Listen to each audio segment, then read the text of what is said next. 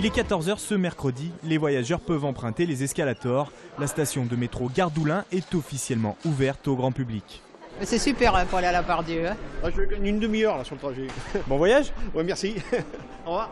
Cette inauguration met donc fin à 4 années de chantier pour relier la ligne B de Gerland à Oulin, 1,8 km de voies supplémentaires pour un coût estimé à 250 millions d'euros. Oulin est désormais à 15 minutes de la Part-Dieu. Pour aller d'Oulin jusqu'à la Part-Dieu, il fallait un temps considérable. Avec ce métro, on y va facilement. Et donc ça, c'est le changement de la ville, faire en sorte que cette ville devienne plus fluide. Il a fallu se battre pour l'obtenir, tout le monde n'était pas d'accord. Mais finalement, tout le monde s'est rallié, c'est tant mieux. Et les habitants l'attendent avec impatience et ils vont pouvoir l'utiliser dès aujourd'hui.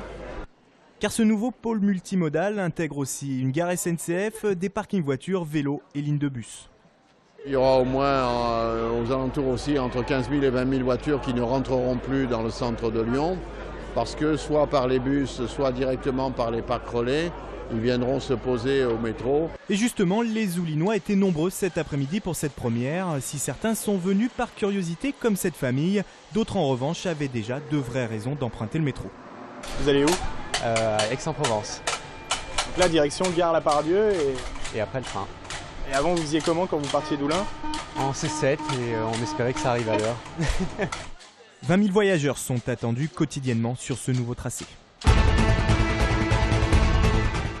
Poneys et chevaux tout poil dehors cet après-midi place Bellecour. L'image pourrait faire sourire, elle illustre pourtant le ras-le-bol de la filière équine contre ce que l'on a appelé l'équitaxe, à savoir une augmentation du taux de TVA de 7 à 20% sur les activités équestres au 1er janvier 2014.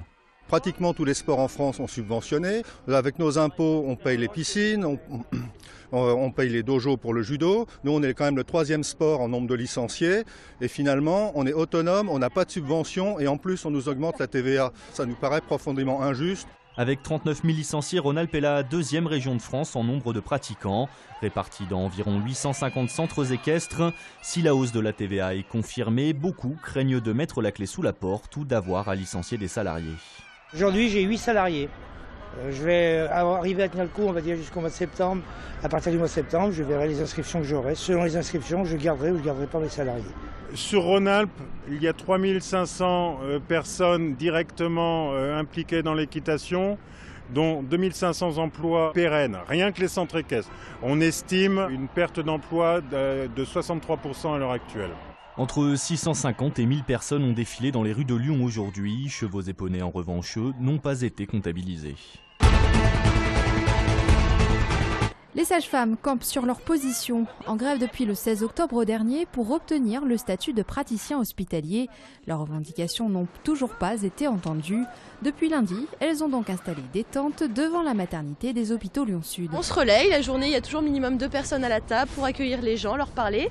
Et la nuit, minimum 3 à 4 personnes qui dorment dans ces petites tentes. Un mouvement national qui mobiliserait 80% des sages-femmes selon les grévistes, mais qui a du mal à se faire entendre. Comme elles sont réquisitionnées, les actions se font sur leur temps libre et sans incidence sur les accouchements.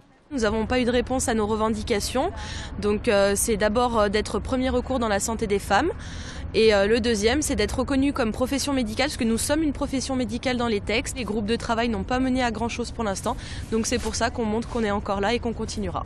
Lundi prochain, toutes les sages-femmes devraient se retrouver une nouvelle fois à Paris pour manifester.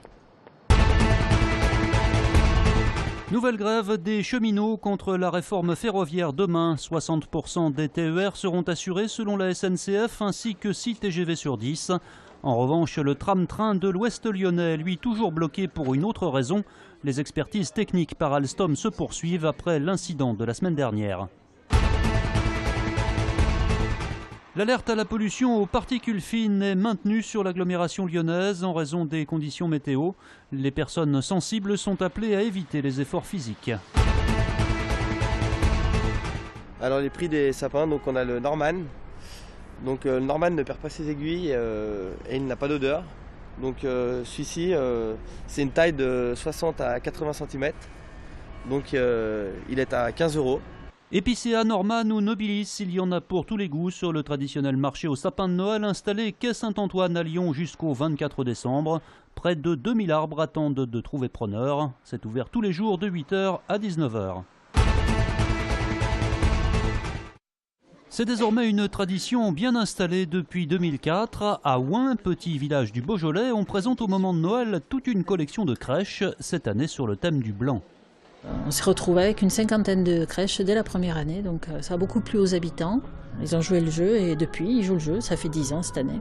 Ça permet déjà de rendre le village plus joli, d'attirer du monde parce qu'on est de nombreux artisans, il y a de nombreuses boutiques donc en fin d'année. Et les santons du Beaujolais au pays des pierres dorées, ça marche aussi bien qu'en Provence. Ça ramène beaucoup de monde, oui. Les gens sont très contents, on se promène, c'est un événement gratuit. Aussi, on tient à le souligner, parce que c'est ouvert à tout le monde. Et les gens ils se promènent dans le village et repartent avec plein de petites lumières dans les yeux. Ouin en crèche, c'est à découvrir jusqu'au 5 janvier.